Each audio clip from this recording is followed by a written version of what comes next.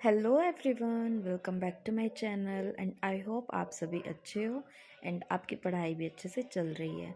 सबसे पहले thank you for all the love you show on my vlogs.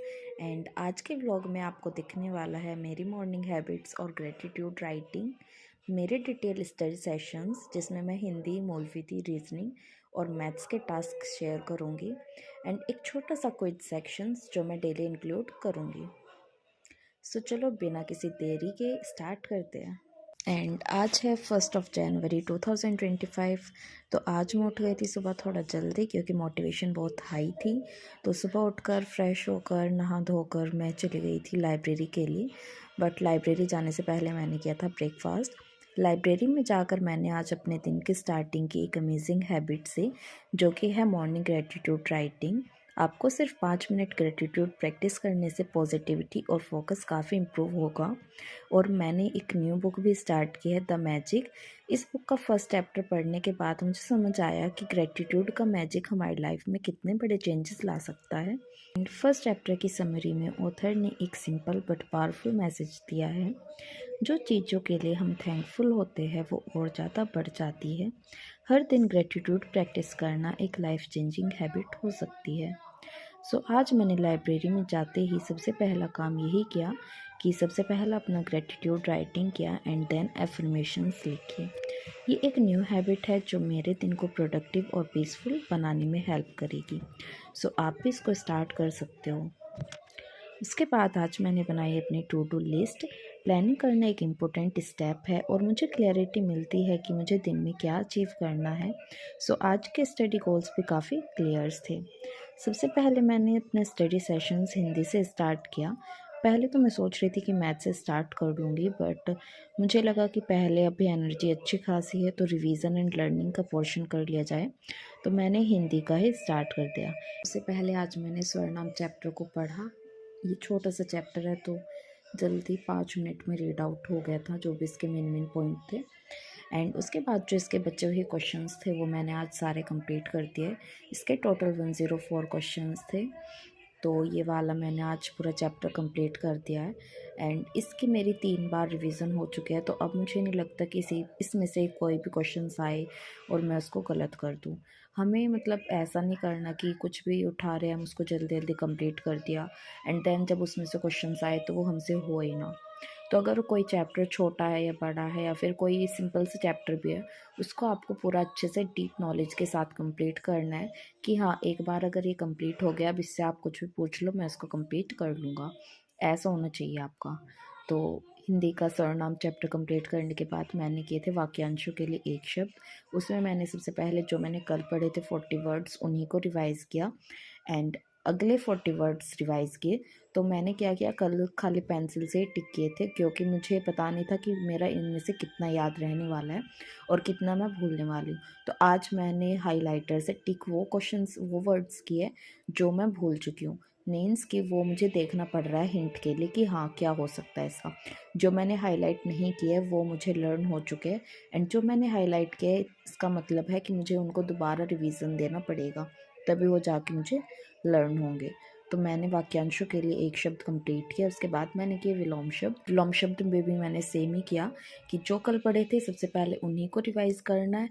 अगर उनमें ये लग रहा है कि ये वर्ड कुछ अलग है, कुछ डिफ़िकल्ट है या फिर उनको मार्क करने के बाद भी आप भूल रहे हो, तो मैं उसके ऊपर फिर से सर्कल वगैरह ड्रॉ कर देती हूँ कि हाँ ये हाईलाइटेड रहे, ये मुझे पता रहे कि इस पर सबसे ज़्यादा ध्यान देना है। विलोम शब्द मैंने पहले भी पढ़ रखे हैं तो उसमें ऑलरेडी मार्कर से हाइलाइटर से टिक हो रखे हैं। तो अभी मैं पेंसिल के यूज़ से उन पे सर्कल या फिर कुछ अलग मार्क कर रही हूँ कि हाँ अगर जो मैं नेक्स्ट रिवीजन करूँगी उसमें इसको ज़रूर रिपीट करना है। बाकी कुछ हो या ना हो इन वर्ड्स को ज़रूर रिपीट करना है। तो विलोम शब्द के कल के कंप्लीट किए और आज के मैंने एक पेज कंप्लीट कर लिया। विलोम शब्द में मैं डेली अब एक पेज का ही टारगेट रखूँगी। मैं धीरे धीरे अपना टारगेट बढ़ाती जाऊँगी ताकि मेरा स्टेमिना बिल्ड होता जाए। मैंने स्टार्टिंग की थी 20 वर्ड से, देन मैंने की 40 वर्ड्स और अब मैंने कर दिया एक पेज पे ऑलमोस्ट 60 to 70 वर्ड्स है। तो धीरे धीरे करके हमारा स्टेमिना बिल्ड हो रहा है। तो विलोम शब्द करने के बाद मैंने किए वर्णमाला के 40 क्वेश्चंस। वर्णमाला चैप्टर में इसमें 296 क्वेश्चंस है, उसमें से मेरे 140 के अराउंड हो चुके हैं। तो जो बच रहा है वो डेली मैं 40-40 करके ही करूँगी, क्योंकि एक दिन में करने का कुछ फ़ायदा नहीं है। उसी चीज़ को डेली डेली करेंगे तो उसका हमारा मल्टीपल रिवीजन हो जाएगा।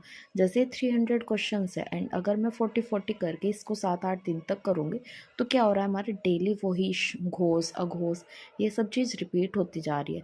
तो इससे हमारा रिपीटेटिव रिवीजन होता रहेगा एंड ये हमारी मेमोरी के लिए अच्छा है। तो मैं एक बार सारे क्वेश्चंस प्रैक्टिस ना करके मैं थोड़ा थोड़ा चंक में उनको प्रैक्टिस कर रही हूँ, जिससे कि मेरा डेली हर चैप्टर थोड़ा थोड़ा रिवाइज होता रहे। और हिंदी को पूरा करने में मुझे लगा था 1 आवर एंड 15 मिनट।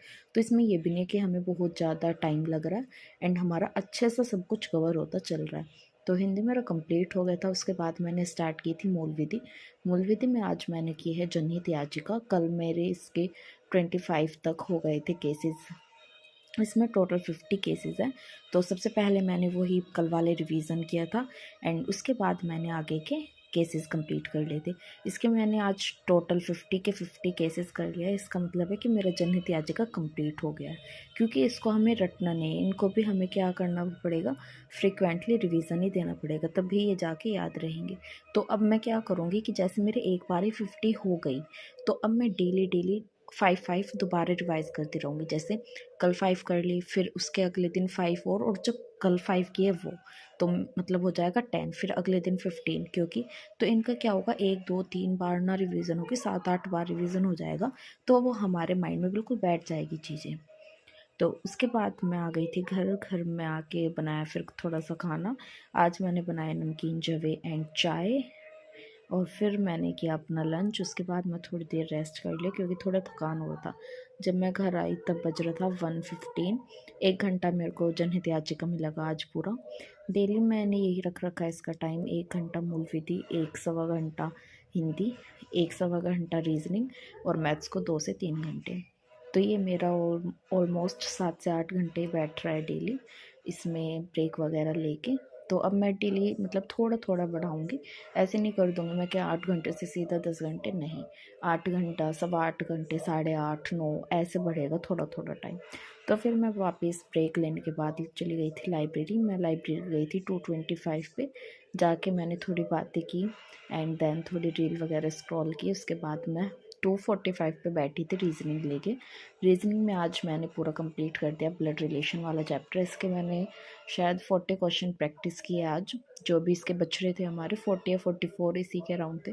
बट हाँ, जितना भी किया है मैंने, आज मेरा चैप्टर पूरा कंप्लीट हो चुका है एंड मैंने टोटल इसके 150 प्लस क्वेश्चंस किए हैं। उसमें से मेरे बस 10 to 12 क्वेश्चंस थे जिसमें हाँ मेरा दिमाग थोड़ा घूमा था एंड उसके बाद बस ये चैप्टर मेरा कंप्लीट हो गया। रीजनिंग में मेरे 2 चैप्टर हो गए, counting of figure and blood relation. तो मैं अब क्या करूँगी कि इनके डेली 5-5, 10-10 क्वेश्चंस लगाती रहूँगी, साथ में जो भी चैप्टर चलेगा उसके साथ। तो कल मैं रीजनिंग में नया चैप्टर स्टार्ट कर रही हूँ। अभी समझ नहीं आ रहा कौन सा चैप्टर करूँ, तो थोड़ा अगर आपको कोई आइडिया है कौन सा करना चाहिए तो प्लीज़ कमेंट बॉक्स में ज़रूर बताना, मैं आपका सजेशन मानूँगी। एंड इसके बाद मैंने स्टार्ट किया था मैथ्स में मेरा परसेंटेज कल ख़त्म हो गया था। तो आज मैंने न्यू उसका ही अगला पोर्शन स्टार्ट किया है, प्रॉफिट एंड लॉस। उसकी मैंने सबसे पहले एक क्लास ली है एंड क्लास लेने के बाद मैंने फिर वही क्वेश्चन प्रैक्टिस किए। इसके आज मैंने 25 to 30 क्वेश्चन प्रैक्टिस किए। 10 क्वेश्चन मैंने शीट से किए थे और 20 क्वेश्चन मैंने बुक से किए। तो ये मेरा पूरा मैथ का हो गया था आज।